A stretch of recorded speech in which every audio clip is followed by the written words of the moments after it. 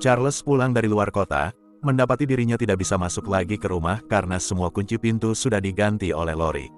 Charles mengetuk-ngetuk pintu dan memanggil nama istrinya. Tak lama dari dalam terdengar suara Lori yang berkata, "Siapa kau?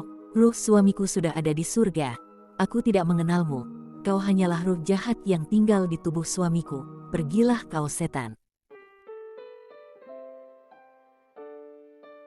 Halo orang-orang baik, terima kasih sudah klik video ini dan selamat datang lagi di channel The Purbas. Apa kabar kalian hari ini? Semoga kalian semua selalu dalam keadaan sehat walafiat, suami, istri, anak dan orang tua juga sehat, dan semoga semua hal yang kalian lakukan mendapatkan kelancaran serta kemudahan dari Yang Maha Kuasa. Di video sebelumnya, kita sudah membahas kisah tentang Stephen dan Mary Catherine, kasus yang investigasinya panjang berliku-liku namun endingnya sangat mengecewakan. Pada video kali ini, saya akan mengajak kalian membahas kisah tentang Chad Daybell dan Lori Valor, pasangan yang mengaku sebagai utusan langit untuk menyelamatkan umat manusia dari kehancuran dunia di akhir zaman.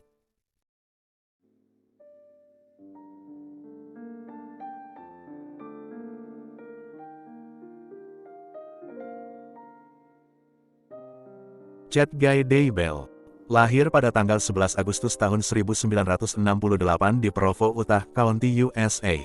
Dia kemudian tumbuh besar di kota Springfield, di tengah-tengah keluarga besar sederhana yang menganut keyakinan dan budaya Mormonisme.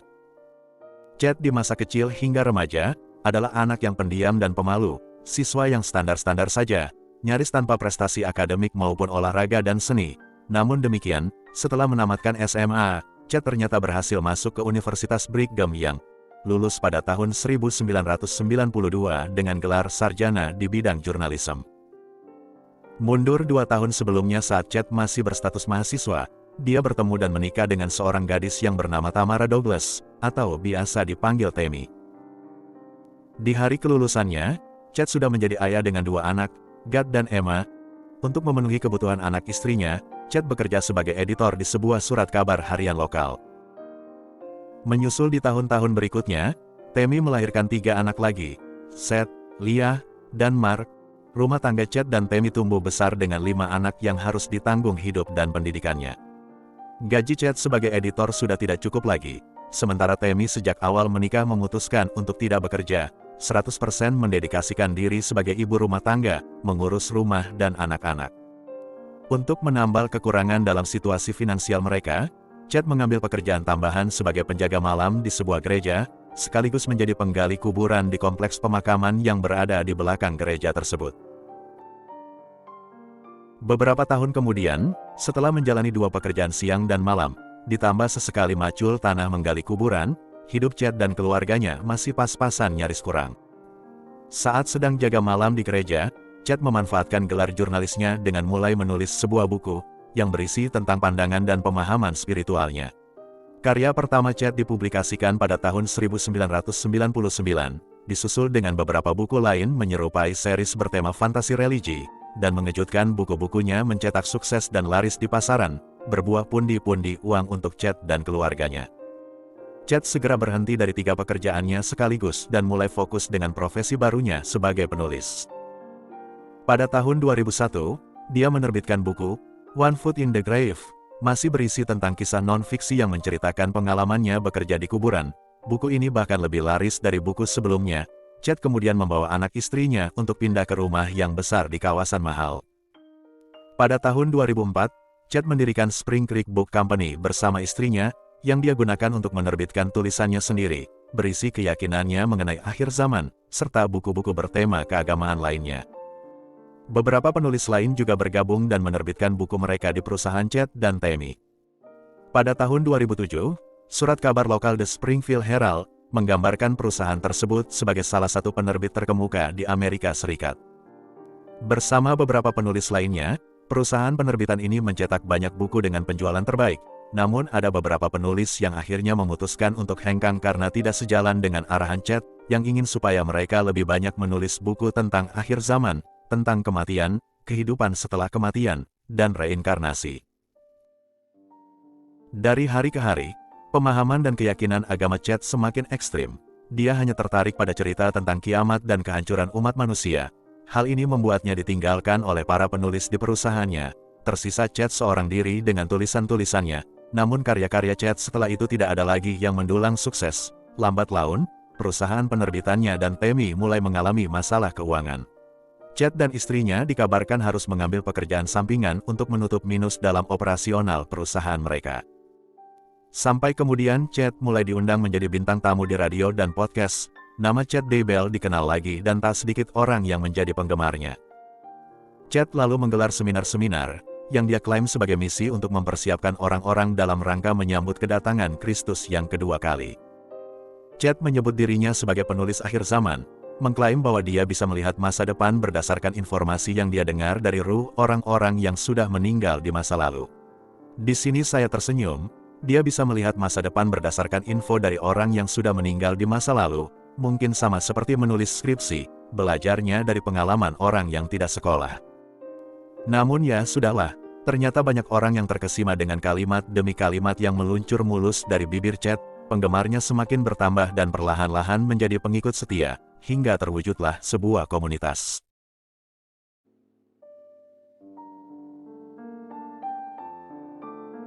Lori Noreen Cox, lahir pada tanggal 26 Juni tahun 1973, di Loma Linda, California, dari keluarga Mormon, memiliki 2 saudara laki-laki dan 3 saudara perempuan.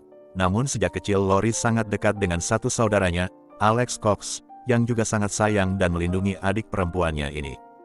Lori tumbuh menjadi gadis remaja yang cantik, tak sedikit pemuda yang ingin mendapatkan hati Lori, dan pemuda yang beruntung mendapatkan cinta Lori adalah Nelson Yanes. Lulus SMA, Lori sempat bekerja di sebuah salon kecantikan, namun tak lama dia memutuskan untuk menerima lamaran dari kekasihnya. Lori dan Nelson menikah di usia 19 tahun, masih sangat muda, dan hanya beberapa bulan setelah menjadi pengantin, keduanya sering cekcok, hingga akhirnya sadar bahwa mereka terlalu cepat memutuskan untuk mengemban tanggung jawab sebagai suami istri. Di tahun itu juga, mereka bercerai. Lori kembali kerja di salon. Sekitar 3 tahun kemudian, seorang teman mengenalkannya dengan pemuda bernama William Lagioia, yang berumur sama dengan Lori, 22 tahun. Pada bulan Oktober tahun 1995, keduanya menikah. Setahun kemudian Lori melahirkan seorang putra yang mereka beri nama Colby Lagioia. Lori kembali merasa kalau dia masih terlalu muda untuk terikat dalam ikatan pernikahan. Rumah tangga Lori dan William kerap diwarnai dengan perdebatan dan pertengkaran akibat hal-hal sepele. Sama-sama belum dewasa, 2 tahun kemudian, Lori dan William bercerai. Colby putra mereka disepakati untuk diasuh oleh Lori. Di usia 25 tahun, Lori sudah 2 kali nikah 2 kali cerai. Namun 2 kali kegagalan itu tidak menghentikan Lori untuk memulai hubungan baru. Pada tahun 2001, Lori menikah lagi dengan seorang pria bernama Joseph Anthony Ryan Jr. Suami baru ini kemudian mengadopsi putra Lori secara hukum sehingga nama Colby pun berganti menjadi Colby Ryan. Setelah 1 tahun menikah, Lori hamil dan melahirkan seorang putri yang mereka beri nama Tylee Ryan. Namun sayang, walaupun sudah dikaruniai 2 orang anak, Lori masih butuh kebebasan dan tidak bisa terikat dalam pernikahan. Pada tahun 2005, Lori mengurus dokumen perceraiannya yang ketiga kali. Berbeda dengan mantan suami kedua yang menyerahkan anak kepada Lori, Joseph berusaha untuk mendapatkan hak asuh atas anak-anaknya, tak hanya atas putrinya, Tylee, tapi Joseph juga ingin memperoleh hak asuh atas anak adopsinya, Colby. Perebutan hak asuh ini berakhir dengan kemenangan Lori, tapi Joseph masih diizinkan untuk menemui anak-anaknya pada akhir pekan. 3 kali menikah dan 3 kali bercerai, Lori masih optimis akan masa depannya, terbukti dengan langkah besarnya mendaftar sebagai kontestan kecantikan Miss Texas pada tahun 2005, tapi Lori tidak berhasil memenangkan kontes tersebut. Pada tahun 2007, ada insiden yang terjadi saat Joseph mantan suaminya merasa kalau Lori menghalang-halanginya untuk bertemu Colby dan Tylee. Joseph melaporkan Alex Cox kakak Lori ke polisi karena telah menyerangnya. Namun Alex mengklaim bahwa Joseph lah yang duluan menyerang Lori dan membahayakan anak-anak Lori. Dia hanya melindungi adiknya dan 2 keponakannya. Buntut dari keributan tersebut, Alex Cox ditahan selama 90 hari. Setelah perceraiannya dengan Joseph pada tahun 2005, Lori kemudian berpartisipasi dalam kontes kecantikan Miss Texas. Dia memang tidak menjadi juara, tapi ternyata salah satu pria yang duduk di kursi penonton terpesona dengan kecantikan Lori. Dia adalah Leland Charles Anthony Fallow, seorang pengusaha yang tinggal dan memiliki usaha di Las Vegas, Nevada. berusia 50 tahun, lebih tua 17 tahun dari Lori. Charles adalah duda dengan 2 anak remaja dari pernikahan yang sebelumnya, Zachary dan Nicholas. Status Lori sebagai janda dengan 2 anak dan status Charles sebagai duda 2 anak tidak menghalangi cinta mereka. Bahkan perbedaan usia 17 tahun juga tidak jadi masalah. Pada bulan Februari tahun 2006, Lori dan Charles menikah. Setelahnya, Lori membawa 2 anaknya untuk tinggal bersama Charles dan 2 anaknya juga di Las Vegas, Nevada. Tiba-tiba mereka menjadi satu keluarga besar, suami istri dengan 4 orang anak, namun semuanya berjalan lancar dan baik-baik saja. Charles memiliki bisnis dengan pendapatan stabil yang cukup untuk menghidupi Lori dan 4 anak mereka. Lori berperan sebagai ibu rumah tangga dan tidak bekerja, yang mana hal itu sama sekali tidak masalah bagi Charles. Charles yang sebelumnya adalah penganut Katolik, dengan sukarela pindah ke gereja Mormon demi Lori. Sekitar tahun 2013, pasangan Charles dan Lori mengadopsi seorang anak laki-laki bernama Joshua Jackson alias JJ, yang adalah cucu dari saudara Charles sendiri. Orang tua dari anak tersebut terjerat kasus narkoboy, dan dinyatakan tidak layak untuk merawat putra mereka. JJ lahir dengan membawa zat narkoboy di dalam sistem tubuhnya yang mengharuskannya menjalani perawatan intensif dan mahal. Belakangan, JJ juga didiagnosis menderita autisme.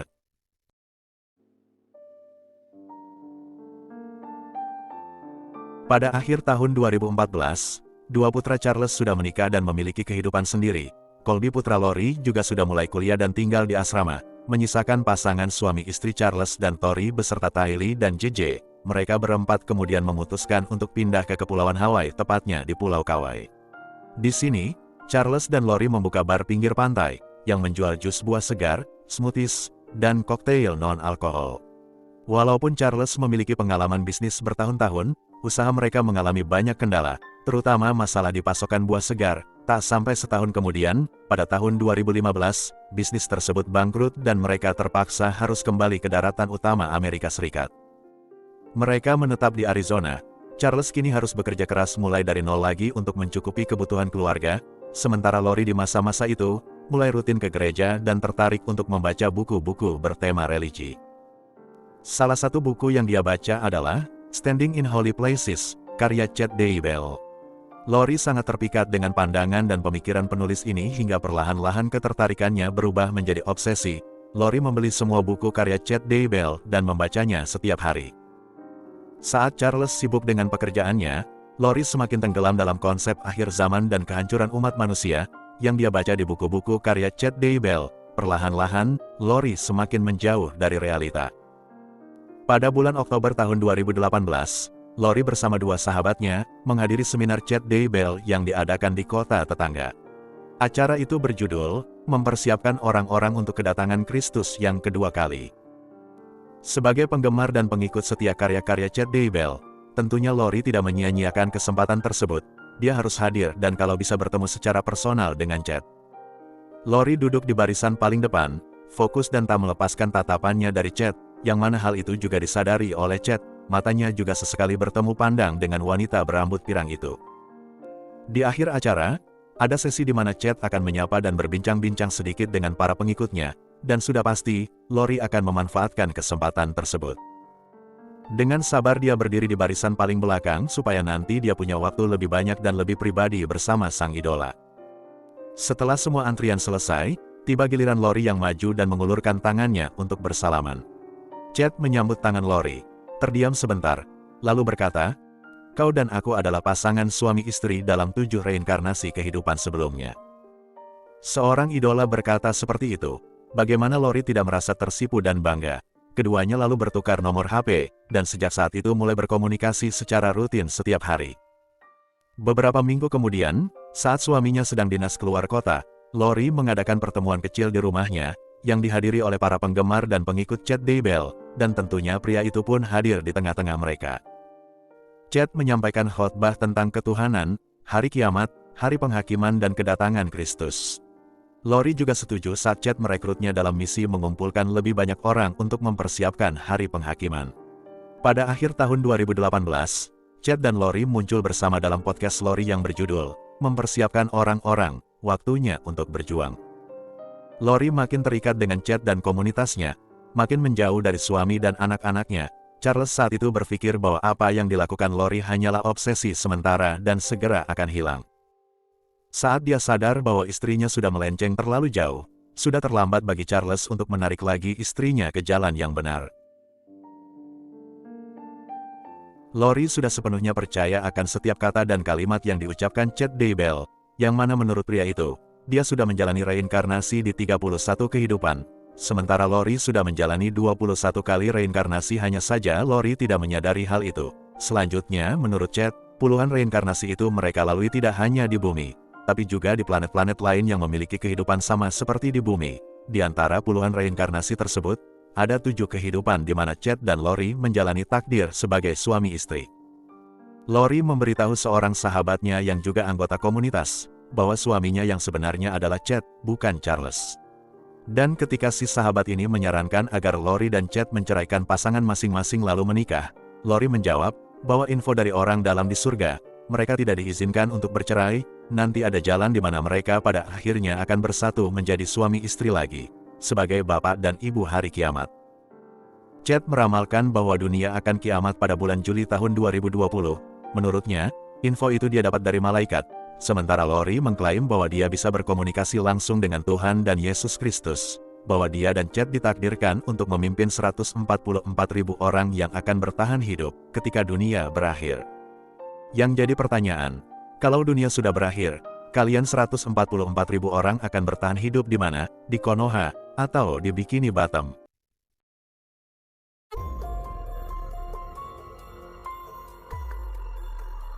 Pada bulan Februari tahun 2019, saat Charles keluar kota untuk perjalanan bisnis, Lori mengganti semua kunci pintu rumah. Ketika dia pulang, Charles tidak bisa masuk ke rumahnya sendiri. Sebelumnya dia mendapati bahwa uang sejumlah $35.000 menghilang dari rekening bersama mereka. Tiba di rumah, mobilnya yang satu lagi juga tidak ada di parkiran. Charles mengetuk pintu berulang kali sambil memanggil nama istrinya. Beberapa menit kemudian, Lori berteriak dari dalam rumah. Roh suamiku sudah ada di surga. Aku tidak mengenalmu. Kau hanyalah roh jahat yang tinggal di tubuh suamiku. Pergilah kau setan. Charles garuk-garuk kepala, sekonyong-konyong disebut setan oleh istrinya. Dia lalu mendatangi kantor polisi dan melaporkan Lori atas tuduhan pencurian, menghalanginya untuk masuk ke rumah dan bertemu anak-anaknya. Charles khawatir akan keselamatan dua anaknya, Tylee dan JJ, dan berkata pada polisi bahwa istrinya telah masuk ke sekte aliran sesat yang percaya kalau dunia akan segera kiamat. Lori juga sering mengklasifikasikan orang-orang sebagai orang berjiwa suci dan orang berjiwa setan. Laporan Charles dicatat oleh polisi, namun hal itu hanyalah prosedur standar saja, karena polisi merasa laporan Charles konyol dan tidak masuk akal. Keesokan harinya, Charles mengajukan gugatan cerai dan mengubah nama ahli waris untuk polis asuransinya sebesar $1 juta.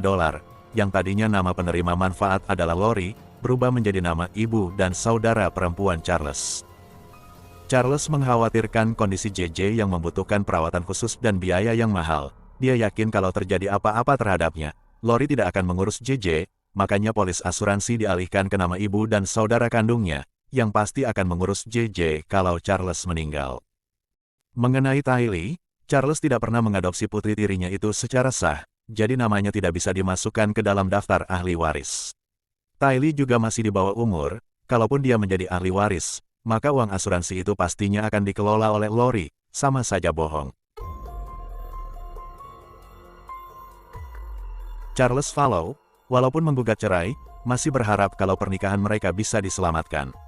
Dia melakukan penyelidikan sendiri terhadap kelompok sesat Lori, dan hasil penyelidikannya itu malah mengungkap bahwa istrinya memiliki affair dengan pemimpin kelompok sesat tersebut, Chad Daybell. Charles kemudian menghubungi Tammy Daybell melalui email, menyampaikan bahwa pasangan mereka telah berselingkuh. Email itu tidak direspon oleh Tammy, dan alamat email Charles malah diblok.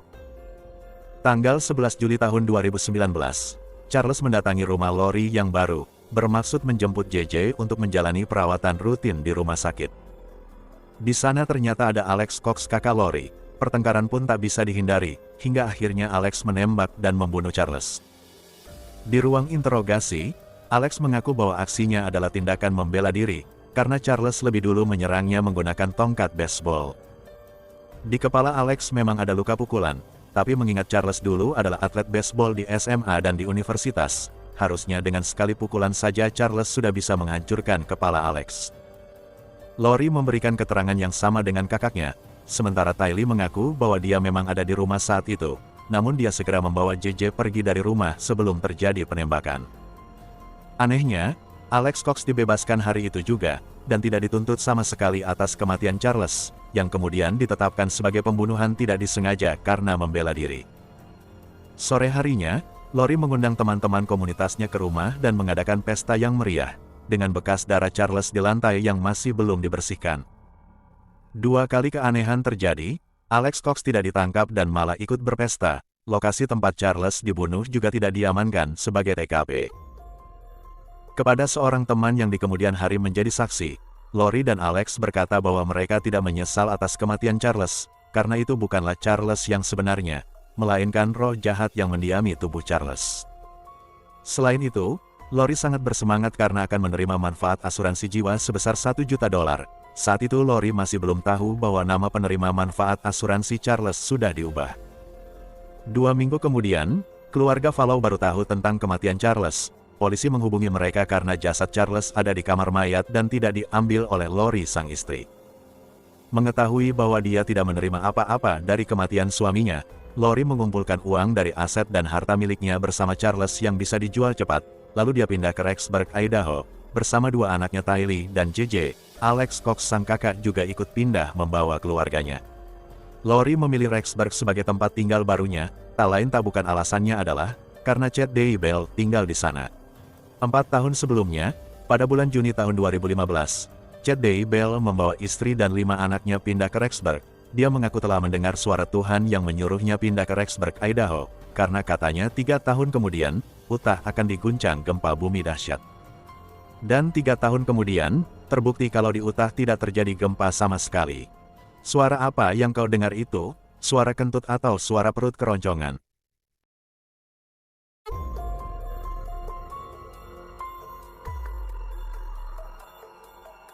Di akhir tahun 2019, Lori sudah tinggal bersama 2 anaknya di Rexburg, Idaho. Alex Cox juga membawa keluarganya pindah bersama Lori dan tinggal di kompleks perumahan yang sama dengan Chad Daybell. Beberapa pengikut Chad Daybell yang lain juga ikut menetap di kota itu guna mempersiapkan misi mereka menyambut kehancuran akhir zaman dan kedatangan Kristus yang kedua kali. Salah satu pengikut setia ini adalah Melanie Boudreaux. Melanie sejatinya adalah keponakan Charles Fallow, suami Lori yang sudah meninggal. Namun di beberapa tahun terakhir, wanita itu semakin dekat dengan sang bibi, hingga akhirnya menjadi pengikut Chad Daybell juga. Sama seperti Lori yang menganggap bahwa Charles sudah dirasuki roh jahat, Melanie pun berpendapat bahwa suaminya, Brandon, juga telah dirasuki iblis. Melanie menggugat cerai, dan menuntut untuk segera dilakukan pembagian harta gono gini, supaya dia bisa ikut pindah ke Rexburg.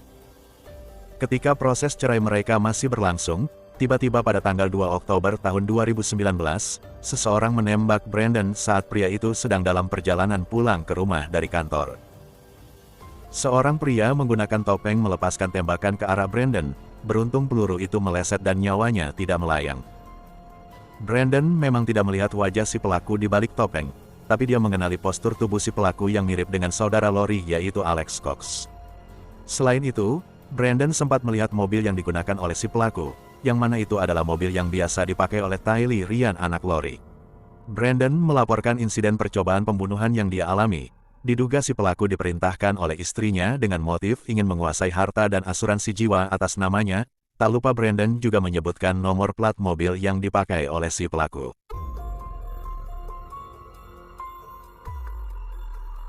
Polisi melakukan pemeriksaan terhadap nomor plat kendaraan yang dimaksud, dan benar saja, mobil itu terdaftar atas nama mendiang Charles Fallow dan biasa digunakan oleh anak tirinya, Tylee Ryan. Karena Tylee sudah ikut ibunya pindah ke Rexburg, detektif melakukan pengejaran sampai ke sana, namun ternyata, Tylee tidak ada bersama Lori. Lori memberitahu detektif bahwa Tylee putrinya, tidak tinggal bersamanya lagi melainkan tinggal bersama si ayah kandung, Joseph Anthony Ryan Jr., dan saat detektif melakukan pemeriksaan ke tempat tinggal Joseph, ditemukan fakta, bahwa mantan suami Lori itu sudah meninggal setahun yang lalu. Pada tahun 2018, Joseph ditemukan tewas di apartemennya. Penyebab kematiannya ditetapkan karena penyumbatan pembuluh darah. Nama Lori tercatat sebagai kerabat yang mengklaim jasadnya di kamar mayat, dan nama Tylee Ryan, sebagai anak satu-satunya, terdaftar sebagai penerima manfaat asuransi jiwa Joseph. Tidak disebutkan berapa nominal uang pertanggungannya, namun karena Tylee saat itu baru berusia 15 tahun, maka uang tersebut dikelola oleh Lori Vallow. Tylee tidak ada di rumah ayahnya dan tidak ada di Rexburg bersama Lori. Lalu di mana keberadaan remaja berusia 16 tahun itu?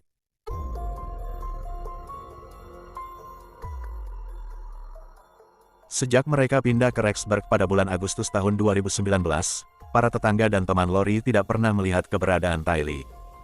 Lori mendaftarkan JJ putra adopsinya ke SD khusus anak autis, namun dia mengaku kepada orang-orang bahwa Tylee putrinya sudah kuliah dan tinggal di asrama. Dari postingan sosial medianya sendiri, Tylee terakhir kali terlihat pada tanggal 8 September tahun 2019. Saat itu, dia dan JJ, bersama Lori sang ibu dan Alex sang paman, sedang berlibur di Yellowstone Park. Ada Chad Daybell juga dalam liburan tersebut. Setelah itu, Tylee tidak pernah terlihat lagi dan tidak ada postingan terbaru di sosial medianya. Menyusul sekitar 2 minggu kemudian, pada tanggal 24 September tahun 2019, Lori menarik berkas putranya dari sekolah, mengklaim bahwa JJ akan menjalani homeschooling. Bocah berusia 7 tahun itu terakhir terlihat sehari sebelumnya berada di sekolah. Setelah itu, JJ juga ikut menghilang. Kalau kalian masih ingat, Lori punya satu anak laki-laki dari pernikahannya yang kedua yang bernama Colby, alias kakak tiri Tylee. Colby yang sudah hidup mandiri, biasanya rutin menjalin komunikasi dengan sang adik, namun belakangan di bulan September tahun 2019, dia tidak bisa lagi menghubungi adiknya. Tiba-tiba pada bulan Oktober tahun 2019, Colby menerima 2 kali transfer uang dari rekening Tylee. Colby mencoba untuk menelpon Tylee dan bertanya apa maksud Tylee mengiriminya uang, apa Tylee baik-baik saja, namun telepon itu tidak dijawab. Alih-alih, Tylee mengirim pesan teks dan menulis bahwa dia baik-baik saja, hanya terlalu sibuk untuk bicara di telepon. JJ and Tylee, 2 missing children with ties to the valley. Where are they?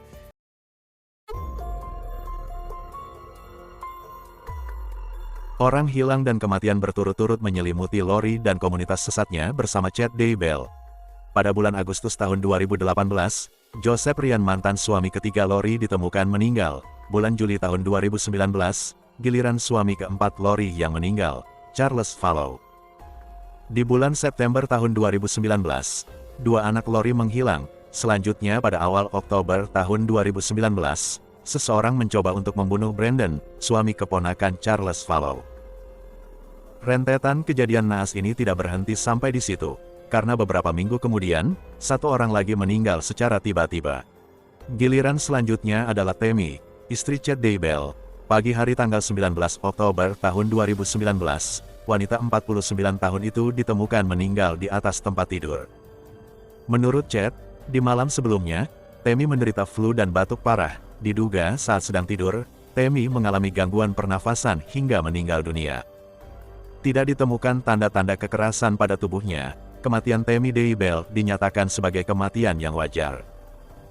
Chad bersikeras untuk tidak dilakukan otopsi atas kematian mendadak istrinya, dan anehnya, semua pihak menerima keputusan Chad. Beberapa hari kemudian, Chad menerima uang pertanggungan asuransi atas nama Tammy sebesar $500.000. Berbeda dengan 5 anaknya yang bersedih atas meninggalnya sang ibu, Chad tidak tampak berduka sama sekali. 2 minggu setelah pemakaman istrinya, Chad membawa Lori terbang ke Hawaii, di mana mereka melangsungkan pernikahan dengan pesta pantai yang ceria.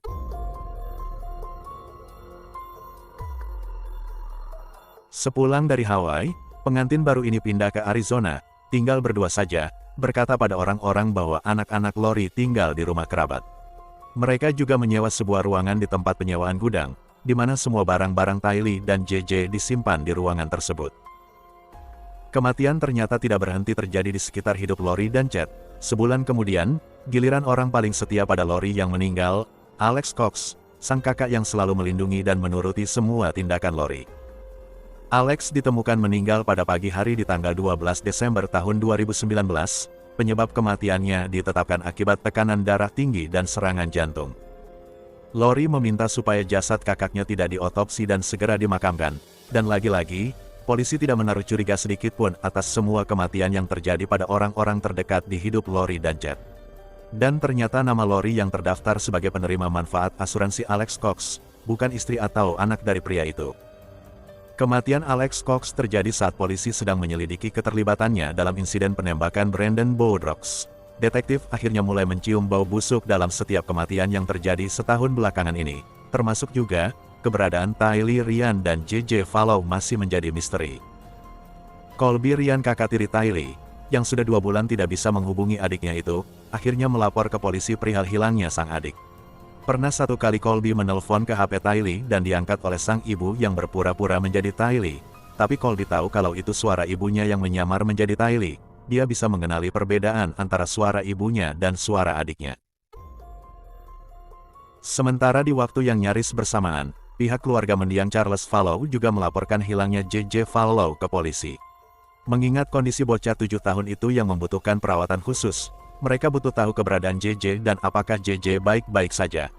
Sebelumnya mereka sudah pernah meminta untuk bertemu, atau membawa JJ beberapa hari untuk liburan ke rumah neneknya, tapi Lori terus-menerus membuat alasan ini itu. Terakhir mereka meminta supaya disambungkan kepada JJ melalui video call, dan lagi-lagi Lori menolak. Polisi menindaklanjuti hilangnya Tylee Ryan dan JJ Fallow dengan mendatangi rumah Lori. Wanita itu berbohong dan berkata bahwa 2 anaknya sedang liburan di rumah kerabat di luar kota. Petugas polisi kemudian memberi ultimatum kepada Lori. Dalam waktu seminggu, dia harus datang ke kantor polisi dengan membawa Tylee dan JJ, sebuah tindakan yang ceroboh dari polisi. Harusnya Lori langsung ditahan saat itu juga, karena terbukti besoknya, Lori dan Chad Daybell melarikan diri ke Hawaii. Lori Fallow yang kini sudah menjadi Lori Daybell, akhirnya ditetapkan sebagai buronan. Sementara, Chad Daybell saat itu belum dicurigai atas kematian istrinya Tammy, pun belum diduga ada keterlibatan Chad dalam kasus hilangnya Tylee dan JJ. Pada tanggal 20 Februari tahun 2020, Lori Daybell akhirnya ditangkap di Pulau Kauai dan dibawa kembali ke Arizona. Rumahnya pun digeledah, tapi Tylee dan JJ tidak ditemukan.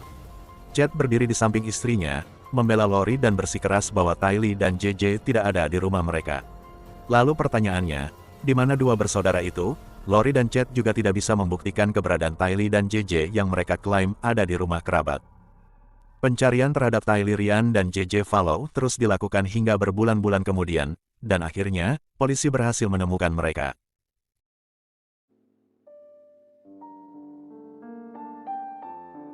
Setelah melakukan proses investigasi yang panjang, detektif berkeyakinan bahwa Tylee Ryan dan JJ Fallow sudah meninggal.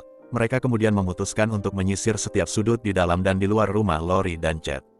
Keputusan untuk memusatkan pencarian di area properti Lori dan Chad adalah buntut dari pemeriksaan histori telepon antara Chad, Lori dan Alex Cox, di mana pada tanggal 23 September tahun 2019, hari terakhir di mana JJ terlihat masih hidup, Chad pernah mengirim pesan teks kepada istrinya saat itu, Tammy, bahwa dia telah menembak seekor rakun dan menguburkan hewan itu di halaman belakang rumah mereka.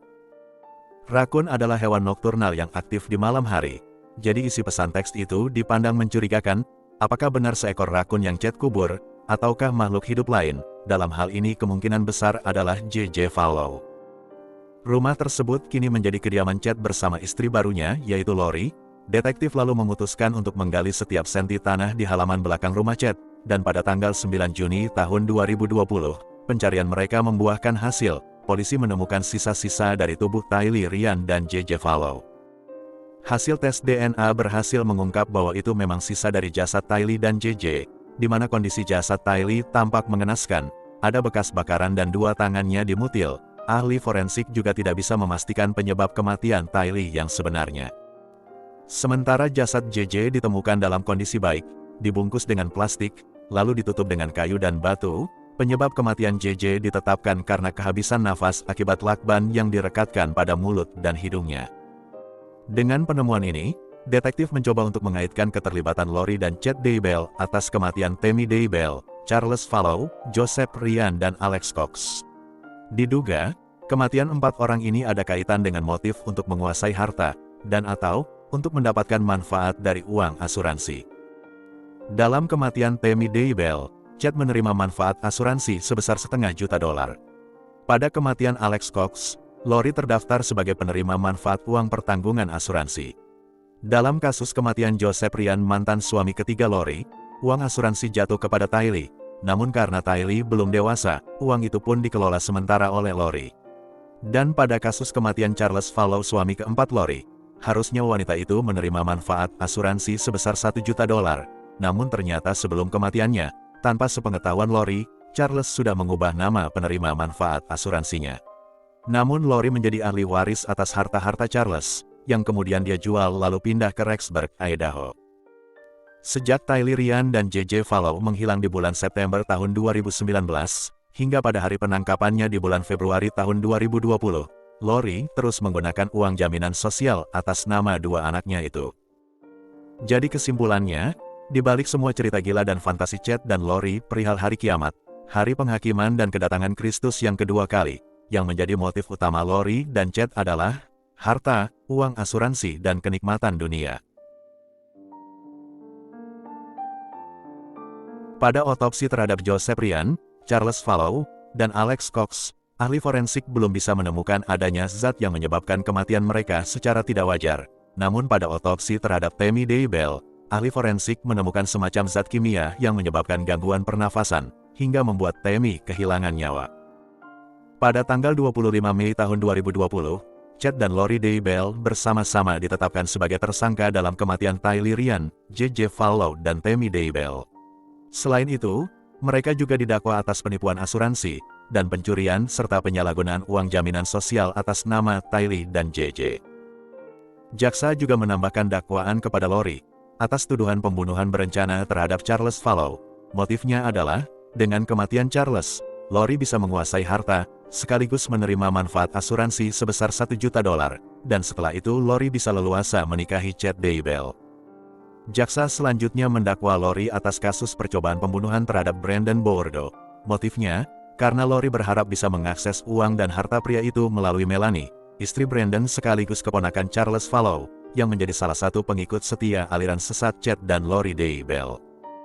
Setahun kemudian pada tanggal 27 Mei tahun 2021, kasus Chad dan Lori Daybell dibawa ke pengadilan, di mana sidang ternyata menetapkan bahwa Lori dan Chad tidak sehat secara mental dan tidak layak untuk diadili. Sidang pun ditunda, keduanya lalu dikirim ke fasilitas perawatan mental. Setahun kemudian, Lori dinyatakan sehat secara mental, dan sudah layak untuk diadili, sementara Chad masih menjalani perawatan. Akhirnya hakim memutuskan untuk memecah kasus mereka dan sidang pun digelar terpisah. Pada tanggal 21 Maret tahun 2023, jaksa menuntut Lori dengan hukuman mati, namun hakim menganulir hukuman mati terhadap Lori, dengan pertimbangan bahwa bukti krusial terkait kasus kematian Tammy Daybell terlambat dihadirkan di pengadilan.